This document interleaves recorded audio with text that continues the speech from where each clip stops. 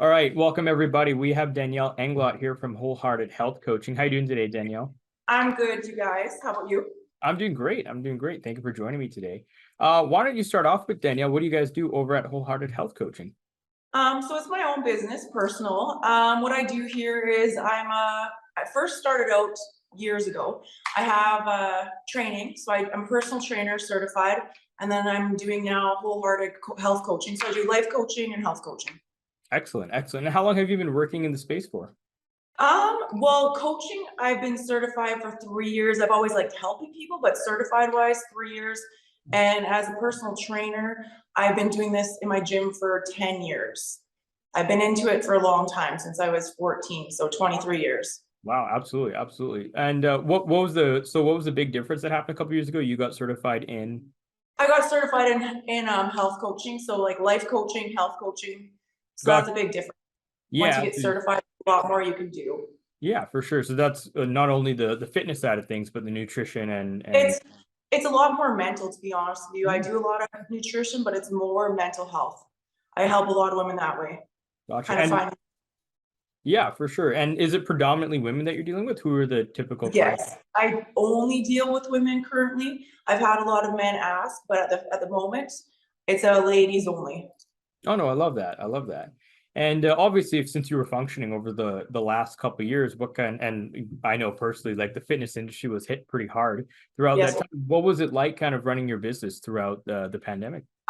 It was hard. It was stressful because we were all worried here. A lot of gyms got shut down. A lot of them, I had a lot of Albertans message me because we're close to the border and they all got shut down where we were still running. So we got a lot of clients out of Alberta.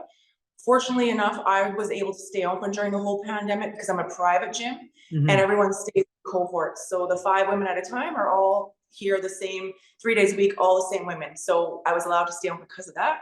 I had to change quite a bit of things up here for COVID restrictions, but sanitizing on entry, if you were sick, you weren't allowed to come. For And sure. we had to do stations separated. So no more benches a foot apart, 2 feet apart. They had to be 6 feet apart at least to keep Yes, going. the square footage made a big difference for sure It during that. did. Yeah. Absolutely. And do you do any work online? I never asked. Or are you predominantly in person training? I'm predominantly in person for training. I would like to get more online.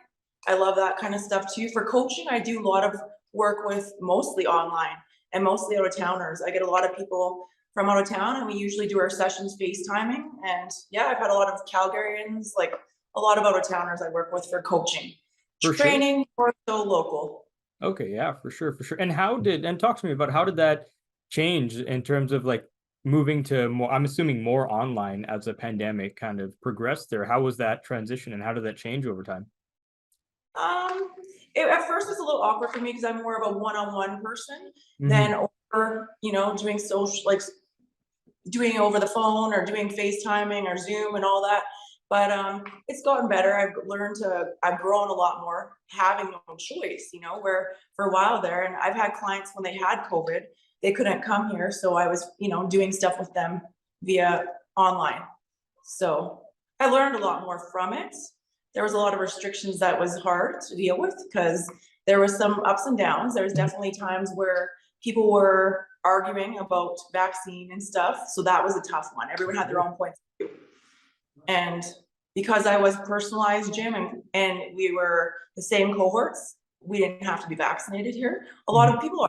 And I myself am too, but I'm not judgmental that way. But it was tough because everyone had their own points of view. Totally, yeah. A lot of growth during that time around Yeah. managing different personalities, managing people, conflict resolution, I'm sure. Yep. Yeah, I'm sure that's kind of what we usually, when we work with our business owners. That's a lot where you got to learn to wear a lot of different hats as a business You owner. have to learn to wear like 50 million hats, like a lot, and not take it to heart. That's my biggest problem is I always take things to heart as a business owner, but I've been a business owner since I was 20 years old. I've Mhm. had other before these that, were not my right path. I had a wedding business before, and this is definitely my forte, but Mhm. I've learned a lot with business. There's a lot to learn. Yeah, there is. Absolutely, absolutely. Now, of those changes that you made during the pandemic, I'm sure like you already talked about how there was more of a transition to online and the way you guys kind of were functioning in the gym changed as well. Were any of those changes, did any of them remain with you and the way that you ran your business just because you found it to either be a better way to do service or your clients liked it better? Yeah, I made rules because I mean I have my own beliefs too, and I keep that private. But with the girls, one Sure. thing is with the stations when we were separated for training, we used to be benches all beside each other, row machines all beside each other, just like a regular gym. But then when I separated everyone, I had to buy a lot more stuff, so it was financially a lot of purchases because I made sure everyone had their own benches, own row machines, own weights, so there was no sharing, and they had their own stations. So I had to change a lot of things. I had to pull a lot of things out of here, and it was costly, For but I sure. mean, it worked out because they feel more comfortable now. They're in their own area. They're not sharing with each other, and there's more space that way. So it worked out better. It was costly, but For sure. I For sure. definitely not go back to the other way where benches are very close together and everyone's in each other's space. So they feel more comfortable this way. Awesome. I love that. And how was finding equipment during that time? Because I remember during the pandemic, there was a little bit of an equipment shortage. Did you have to get It creative? was terrible. It was terrible. I found a place in Calgary. I found a place online, Kelowna. I found Vancouver because I searched high and low and the price went through the roof. Yes, So like a absolutely. regular concept 2 row machine, I have 5 of them. And originally when I bought them, they were $12.50 and they went up to $2,500. Oh my And gosh. dumbbells were originally like $1 a pound, and then they went up to $2, $3 a pound. Yeah. I don't even know how much money I have invested in it now. Quite a bit. It's paid Yeah, for, for sure. but a lot. Absolutely. Yeah. That's again one of those times. I mean, I even had buddies who were building equipment in their garage with like 2x4 Oh yeah, stuff like that. Yeah. for Just sure. creative for sure. Now you even mentioned being a business owner for quite a while now and running through a couple of businesses. Danielle, Yes. what would you say has been some of your biggest learning lessons as a business owner since you've kind of been on the journey here? My number one business lesson is failure. Learning to not take it so the wrong way, because for me, that's part of business, unfortunately, part of growth. You're gonna fail, and that's just how it is. There's not really a way to get around it. If you Absolutely. don't fail, that means you're not stepping out of your comfort zone. So for me, my one business, I didn't fail like money loss or nothing like that. It's just it wasn't for me anymore. I kind of outgrew it, went to this. And I always make sure I set my goals more and more each day. Once I get somewhere I want to be business wise, I go further and push myself further and further. And I used to be scared. I would never do anything that there was a chance I wasn't going to be able to do it. So I didn't grow much. And now I actually take failure as a good thing. For sure. And it helps a lot with self growth and self doubt. I don't doubt myself anymore.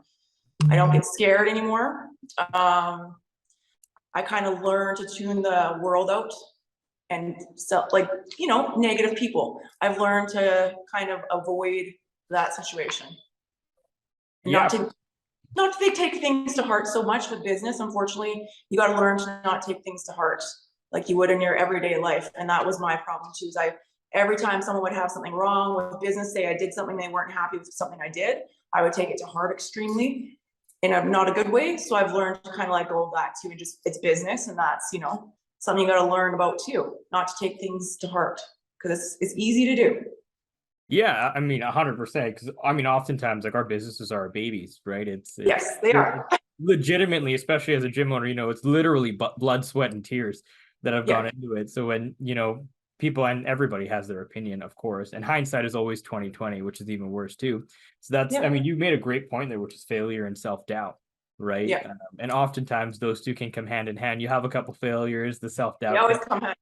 Yeah, and they come together, but I think especially with your field of work, that's where a coach is super helpful oftentimes too, right? And that community around you, having those people around you that really and listening to the right people is so important because those who are in your ear are going to help you kind of push through those times and move on to, not just fail in those times, but learn from those and adjust moving forward. Exactly. I love that. Awesome. It Absolutely. builds And a lot of confidence. sorry, go ahead. Is that it builds a lot of confidence and stuff in yourself and in your business because you go through those days where you're worried, okay, am I going to lose clients? Am I going to find them? And then once you kind of realize that, you know what, I'm very good at what I do, no problem finding those clients. And I'm a big talker and positive self-talk, a visualizer. So if any of my clients ever say to me, well, maybe I'll be able to get to this goal, and I always say, okay, back up. Don't use the term maybe. Say when I get there, like Exactly. using those terms, not past terms. Using the term that you have it now. I'm a big believer in that. When people say, well, maybe I'll be able to do that, I don't know if I'll be able to do that.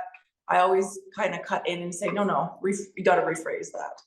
Absolutely. You know, something that we don't always get to share with our community that much, but all of our clients in coaching know it, is we're actually really big on affirmations at Action Coach. Me too. And we can even tell, we can actually tell talking to our clients when they're on their affirmations or when they're not. Yeah. Even all the way down to seeing them having higher closing rates on deals versus not. And it's when they're doing those, and it's exactly that. It's that positive self-talk. It's talking to that self-image of like how you see yourself, how your mind sees yourself, and then that gives you the confidence to you know, just tackle your day one big task at a time.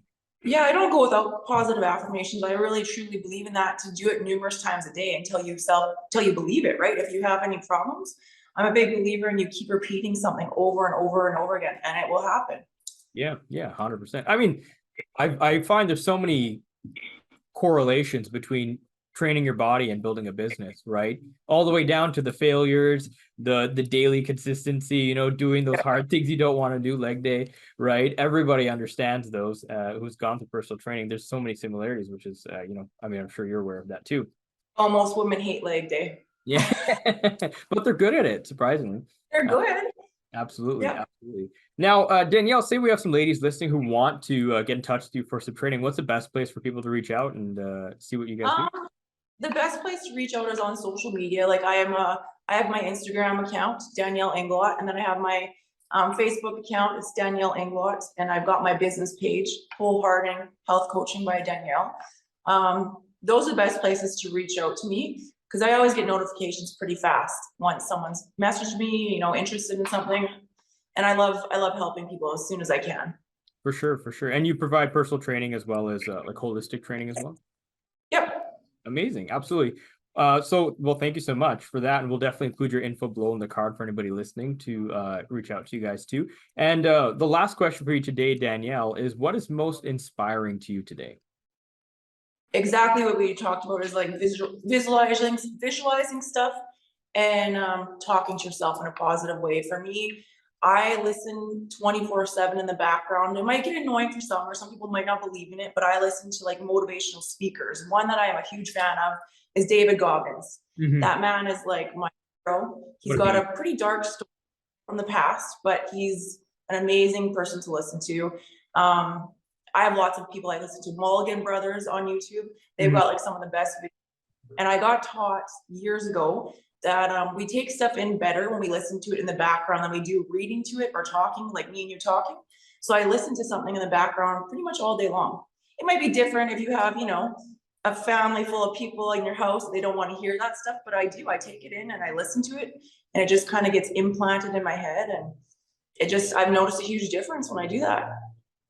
Mel Robbins, lots of people I listen to, just positive speakers. And I Yeah, love it. I love David Goggins. He's such an animal, that He's guy. my hero. And right now he's in Fort St. John, like 45 minutes from me. He's doing like a flight training thing. He's been here for almost 6 months, and I have not caught him once. I try to meet up with him, but I haven't Oh, found him really? yet. Yeah. He does Yeah. every year. One of my buddies runs his, it's like 4x4x400 or something like that. I Yeah. forget what it is. It's some crazy run where he runs for like 36 hours straight or something like that. Yeah, he's been getting up every morning, 3:30, running, because I always see online and stuff, 3:30 to 5:30, 6 a.m. in the morning. He goes and runs for 2 hours, then goes to the gym after. And yeah, he's an amazing man. Absolutely, absolutely. And again, it's just reps in every day to develop that. It's not like he Yeah. got out of bed one day was that person. He No, developed it.